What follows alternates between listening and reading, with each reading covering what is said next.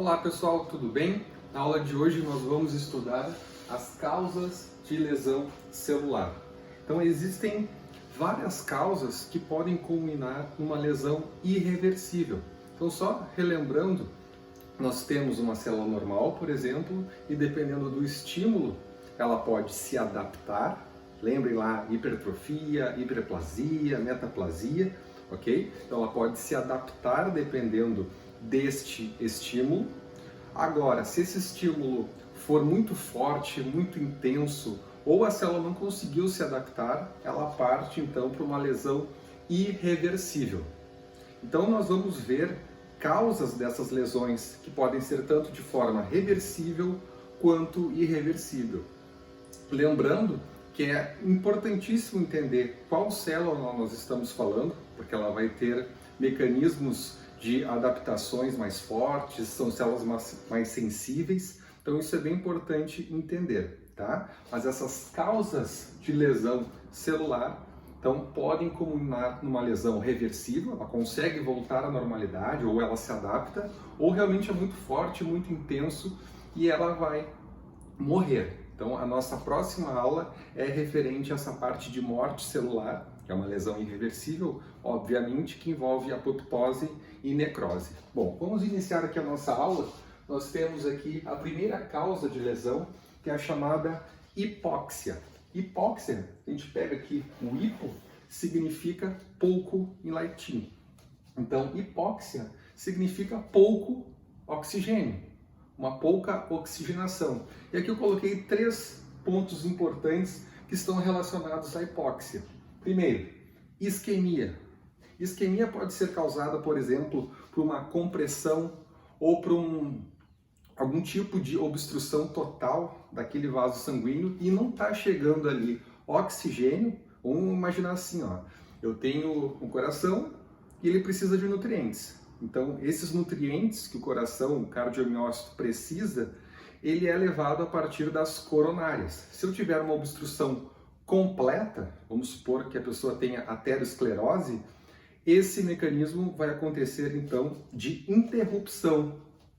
Obviamente, levando lá o oxigênio, vai estar numa concentração mais baixa, e também os nutrientes, glicose, ácidos graxos, os nutrientes que o coração precisa, né? Não é somente o oxigênio. Então, se tiver uma isquemia completa, uma obstrução completa, geralmente está relacionado a uma morte por necrose, que nós ainda vamos estudar. Então, eu tenho aqui uma isquemia, que está relacionado a uma baixa concentração de oxigênio, só estou dando exemplos para vocês, uma oxigenação inadequada, vamos supor num processo que o corpo esteja tentando se adaptar, por exemplo, uma reação a partir de uma infecção por tuberculose. Então, esta bactéria vai causar, então, lesões nos pulmões, que vai ter, então, como causa final, uma oxigenação inadequada, uma diminuição dos níveis de oxigênio. E mais atual, o próprio Covid-19, ele causa, então, uma oxigenação inadequada em pacientes moderados e os graves principalmente. Então, nesses pacientes graves, com o SARS-CoV-2, que causa então a Covid-19, vai ter um processo inflamatório e essa chamada tempestade de citocinas vai diminuir a oxigenação.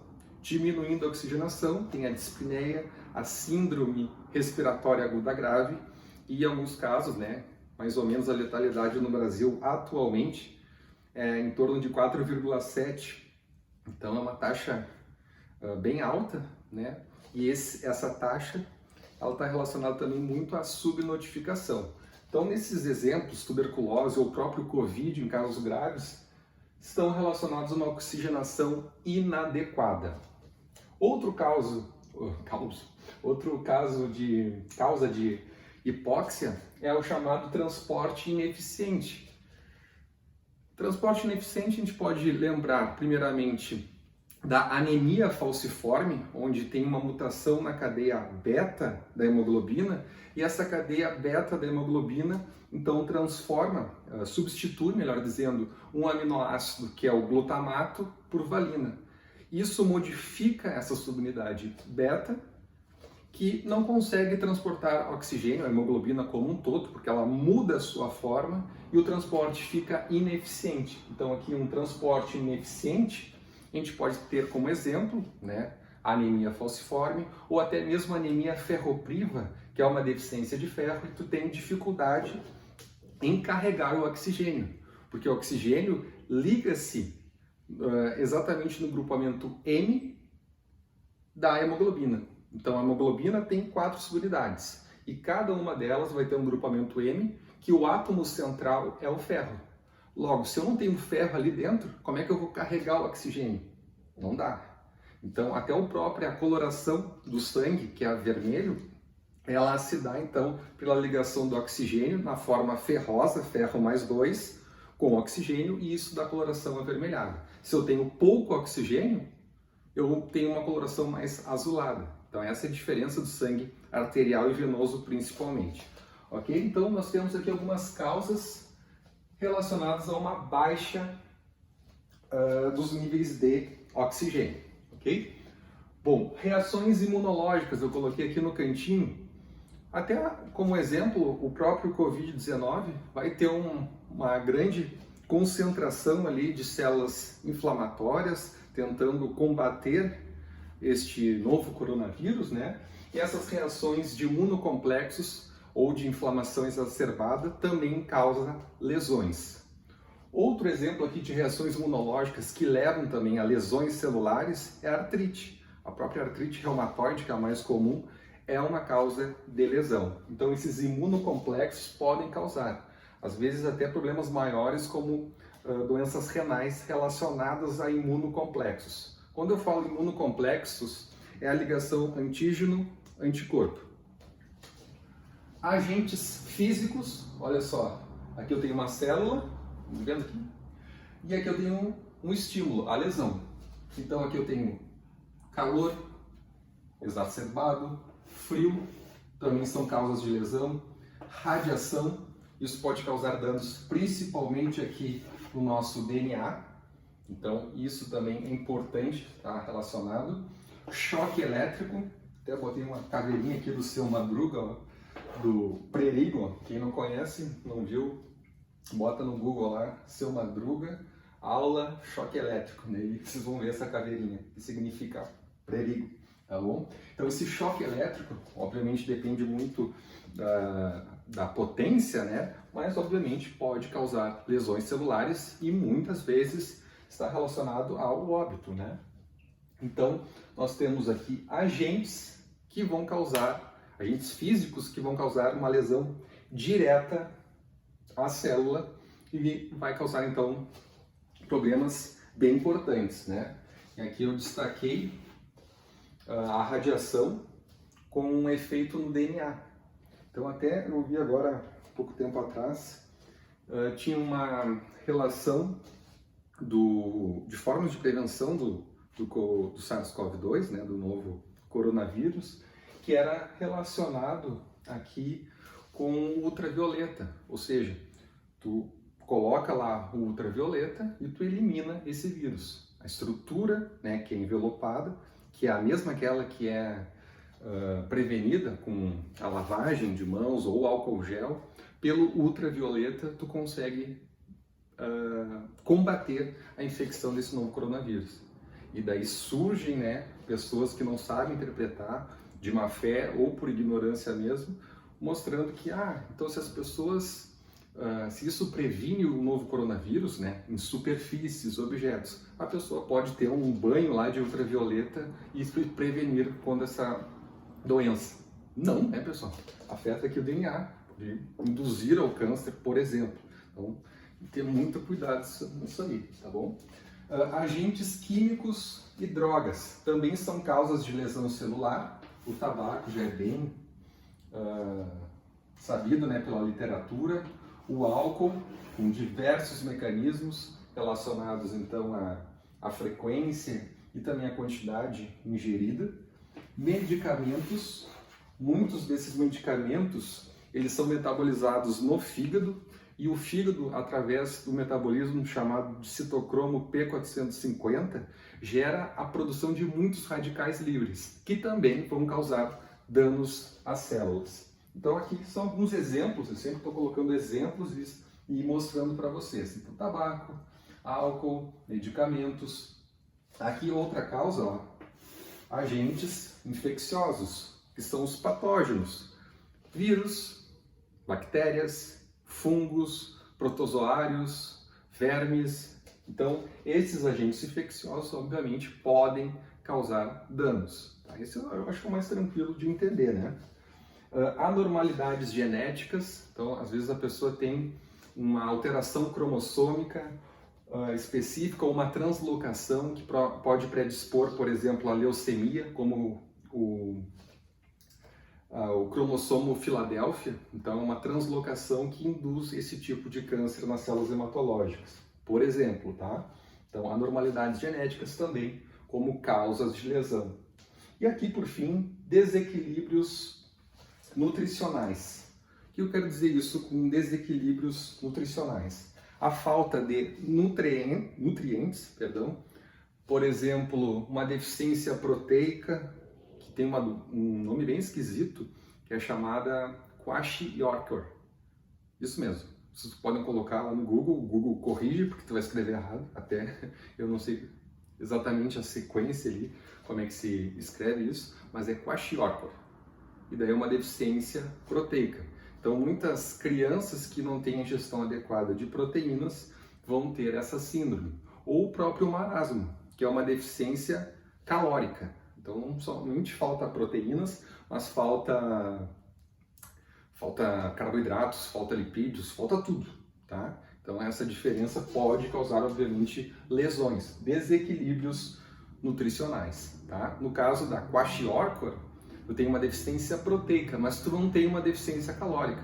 A pessoa só come lá farinha, amido, e daí tu tem esse prejuízo da falta de proteínas. Eu botei aqui desequilíbrio porque não é somente a carência. Se eu tiver um excesso, como a própria obesidade, né, que pode favorecer o aparecimento de diabetes tipo 2, então um excesso de glicose, ou até mesmo um excesso, uma dislipidemia, um excesso de componentes lipídicos, né, triglicerídeos, colesterol, também são causas de lesão celular. Bom, aqui é um resumão de todas essas coisas aqui, né, e fatores que interferem como causas de lesão celular. Agora nós vamos ver os mecanismos, ou seja, o que acontece dentro da célula que favorece essas lesões, às vezes reversíveis ou às vezes irreversíveis, né, que vão levar à morte celular. Primeira delas, a chamada diminuição dos níveis de ATP. Então eu coloquei aqui, ó, que o ATP é importantíssimo para o transporte de membrana, e nós temos aqui, eu vou destacar a bomba sódio-potássio ATPase. Ela gasta ATP. O que ela faz? Ela manda 3 sódios para fora e coloca 2 potássios para dentro da célula, à custa de uma molécula de ATP. Só que isso é feito a todo momento. Para vocês terem uma ideia, 20% da nossa necessidade calórica diária, vamos supor que a pessoa ingira lá 2.000 calorias, 400 calorias é somente para manter o funcionamento dessa bomba. Então, se tu não tem ATP, diminui os níveis de ATP, como é que tu vai manter o gradiente eletroquímico de sódio, potássio? Como é que tu vai evitar a entrada, por exemplo, de água dentro da célula? Tudo isso é interferido. Então, o transporte de membrana, a síntese proteica e também a síntese de fosfolipídios, que são aqueles fosfolipídios, os principais lipídios que compõem a membrana plasmática, necessitam de ATP. Se tu tem uma diminuição dos níveis de ATP, como é que tu vai fazer a membrana? Como é que tu vai fazer proteínas? Como é que tu vai colocar o sódio para fora e o potássio para dentro para ter ali um funcionamento adequado? Não rola. 2. Acúmulos de espécies reativas de oxigênio e nitrogênio. Essas espécies reativas, muitos estão aqui incluídos nesse tópico, que são os radicais livres. Os radicais livres, eles têm um elétron faltante no último orbital externo. Então, quando eu tenho a falta deste elétron, ele se torna extremamente reativo. Ele começa a pegar um elétron de lipídios, um elétron do DNA, elétron de proteínas, até de carboidratos, de tudo que ele vê pela frente. E se ele pega um elétron, por exemplo, de um lipídio da membrana, tu vai ter uma permeabilidade aumentada dessa membrana. Então, tu não vai conseguir ter a função adequada ali de permeabilidade seletiva, que é a função básica das membranas. Então começa a entrar água, sai eletrólitos, a célula incha ou a célula até mesmo explode e pode causar a necrose. Isso a gente vai ver mais adiante, ok? Bom, então essas espécies reativas, como ela tem um elétron faltante na última camada, ela pegou ali um elétron de um lipídio. Aquele lipídio que não era um radical livre, agora se tornou, porque aquele radical livre roubou um elétron. E daí aqui o lipídio se tornou um radical livre. Daí ele rouba do lipídio de outro. E o lipídio de outro que não era se tornou um radical livre. E daí nós temos uma reação em cadeia. Como é que a gente pode interromper e diminuir esse processo? Através de substâncias chamadas de antioxidantes. E tem os antioxidantes exógenos, por exemplo, que vêm da nossa dieta, e antioxidantes endógenos, que o nosso corpo produz, como a glutationa reduzida e algumas enzimas bem importantes, como a glutationa redutase, que é importante lá no ciclo da glutationa, e esse antioxidante endógeno, que é a glutationa reduzida, ela é importantíssima para manter níveis baixos de radicais livres. Então, resumindo, eu tenho radicais livres, muitas vezes ele é produzido pelas mitocôndrias em concentrações baixas, e tenho antioxidantes, que vêm da dieta ou o nosso corpo produz. Tá? E esses antioxidantes combatem, neutralizam esses radicais livres. Ok? Então, imagina assim, eu tenho uma balança. Aqui eu tenho espécies reativas de oxigênio e nitrogênio, que incluem, né, esses radicais livres, e aqui antioxidantes. Se eu tiver uma balança um aumento de radicais livres e uma diminuição de antioxidantes, pesou aqui as espécies reativas de oxigênio e nitrogênio, concordo? E nessa situação eu tenho o chamado estresse oxidativo, que pode causar muitos danos, como nós vamos ver aqui de forma mais aprofundada. Beleza?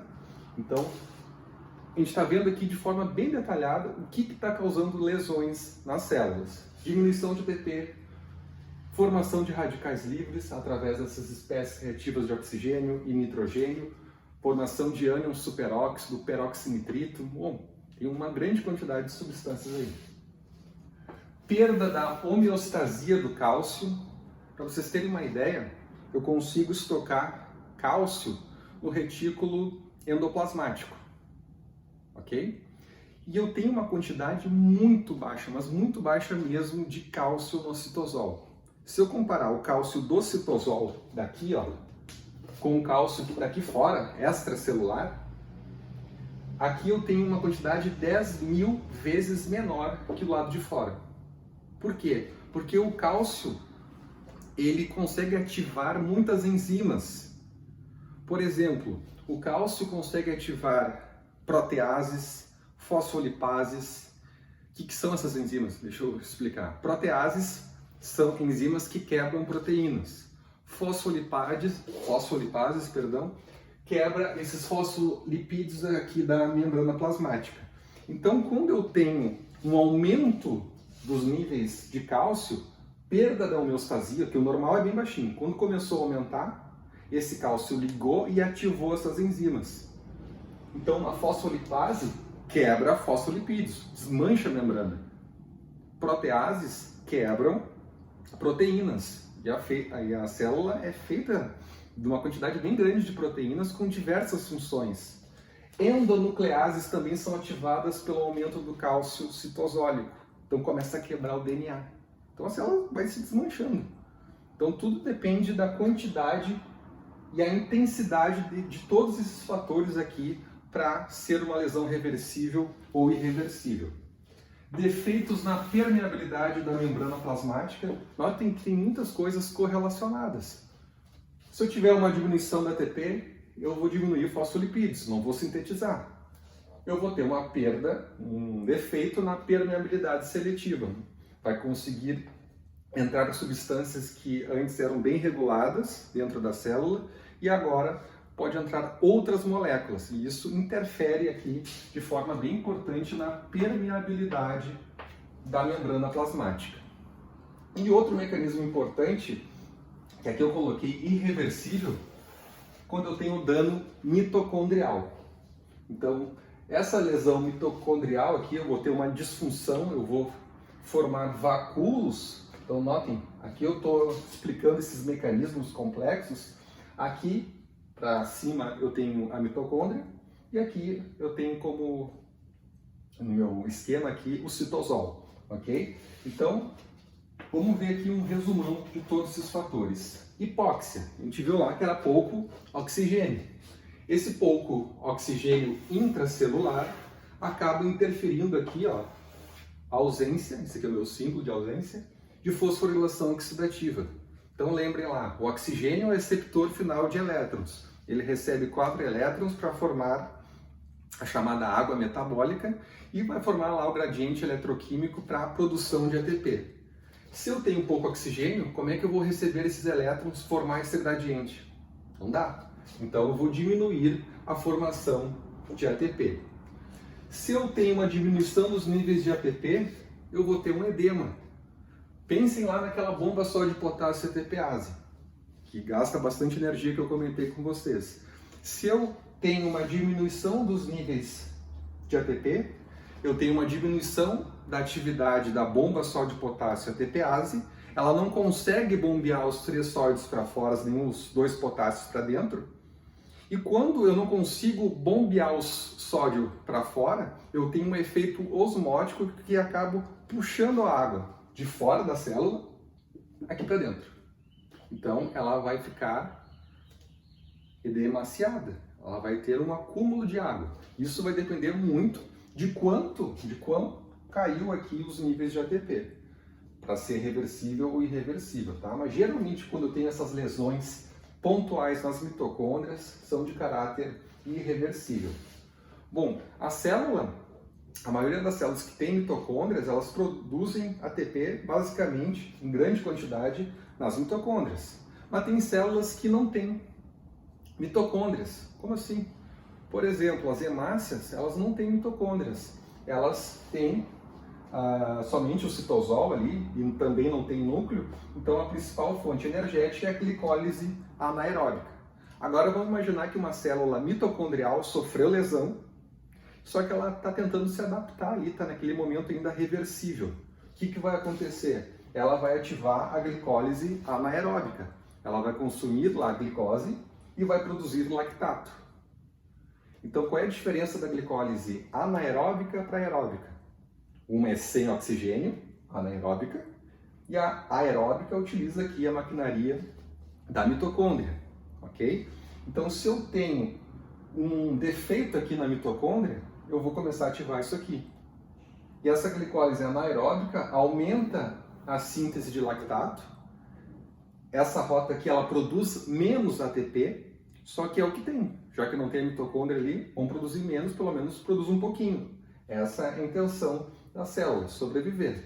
Só que com essa formação de lactato, eu diminuo o meu pH, e isso favorece aqui, ó, quando eu tenho, por exemplo, o acúmulo de lactato num exercício físico, só para dar um exemplo, eu vou ter dor e edema, eu vou ter inchaço e eu vou ter dor naquela musculatura. Aqui, se for uma célula nesse sentido aqui, eu vou ter uma diminuição do pH e isso aqui vai favorecer a aglomeração de cromatina. A cromatina vai ficar toda amontoada lá.